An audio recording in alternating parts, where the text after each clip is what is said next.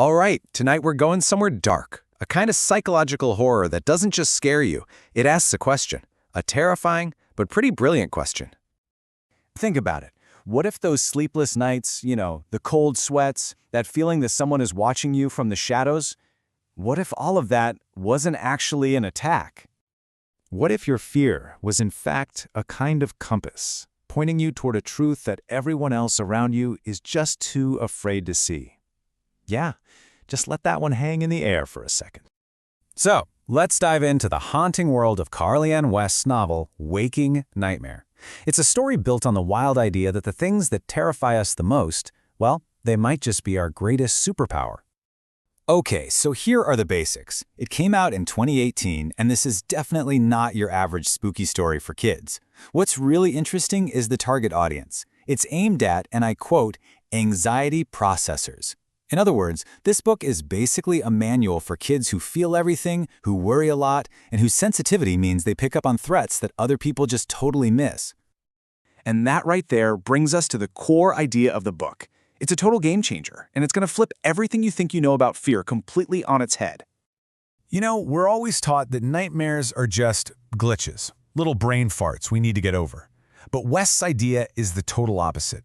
She's saying nightmares are survival tools. They're like these cryptic messages from deep in your subconscious, warning you about real dangers that your conscious mind just hasn't put together yet. And the book actually gives you a clear process for how to do this. This isn't about ignoring fear. It's about weaponizing it. So step 1, document your fears. You got to treat them like clues in an investigation. Step 2, form alliances. Whatever you do, don't go into the dark alone. And finally, step 3, transform that raw terror into focused investigative courage. But, is this just a cool concept, or does the story actually back it up? Let's dig into the evidence from the book itself and see how the author builds this case, one chilling clue at a time. This right here is so important. The nightmare isn't just some random scary thing. It's persistent, and it's specific. For our main character, Nikki, this stops being a dream and starts feeling like a mission briefing. He actually uses the details, the layout of the park, the whispers, to draw maps and search for clues in the real world. He's treating his dream like it's actionable intelligence. Okay, but here's the crucial warning shot.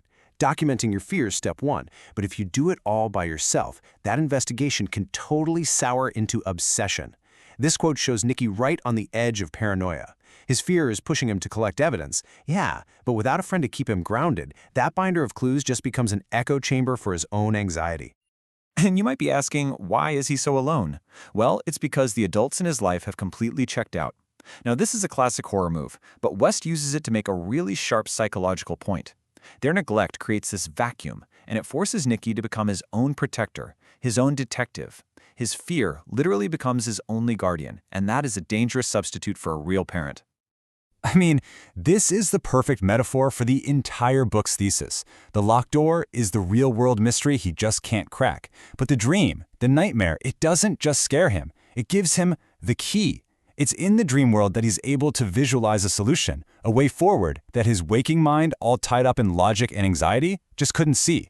He's literally using dream logic to solve a real-world puzzle. So if going it alone leads to obsession, and dreams hold the key, then what's the final piece of this puzzle? How do you actually turn that key and find the truth without completely losing yourself along the way? And there it is, community, trust, just letting yourself be vulnerable with other people. That's the catalyst that changes absolutely everything. The second Nicky stops trying to be a lone hero and actually forms a team, the fear itself changes. The shadows don't just disappear, but now he doesn't have to face them by himself. Courage becomes a team sport. So what does all of this mean for us, outside the pages of a book? Well, Nicky's journey into the darkness actually gives us a map for navigating our own. Let's break down how this becomes a practical toolkit that you can actually use. Okay, here are 3 things you can do right now, straight from the story. 1, start a fear journal. Don't just let the anxiety swirl around in your head. Document it. Look for patterns, specifics, recurring details. Treat your anxiety like a source of information. 2, build your investigation team. Find 2 or 3 people you really trust and share what's on your mind. And 3, convert worry into research. Instead of spiraling, just spend 30 minutes gathering facts. Turn that panic into a plan. Now, as powerful as these ideas are, let's be real. No book is perfect. so it's time to get into an honest assessment of waking nightmare. On the plus side, the psychological horror feels really authentic. The imagery is super symbolic and cool, and the techniques it teaches are genuinely practical. But it does have some weaknesses. The constant blurring between what's real and what's a dream gets a little repetitive. The adult characters are, well, they're disappointingly flat, and the story definitely leans a little too heavily on its video game origins. All of which brings us to our final verdict. For Waking Nightmare, we're landing on a solid 6.6 out of 10. This is a book with a really powerful core idea, even if the execution has a few hiccups. And you can see exactly why we landed there in this breakdown. Just look at practical applicability. It scores a 7.5. The toolkit this book gives young readers is hands down its greatest strength. Content quality is a respectable 6.5, but it's held back by writing clarity, which gets a 6.0, mostly because of that confusing reality blurring stuff. And you can see research quality is at a 5.5, because it's really more based in game lore than any deep psychology. So, if this whole idea of a kid investigator dealing with neglect and hidden dangers really clicked with you, then you absolutely have to read Neil Gaiman's Coraline. It shares that same theme of finding courage when parents are absent. And for something a little less supernatural but just as deep on childhood isolation, check out The House You Pass on the Way by Jacqueline Woodson.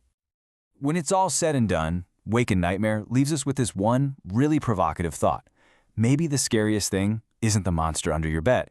Maybe the real horror is the truth we're just too afraid to look for once the sun comes up. And that's all for this explainer. If you want to keep turning fear into knowledge with us, make sure you follow and subscribe, and definitely turn on those notifications. We will see you next time.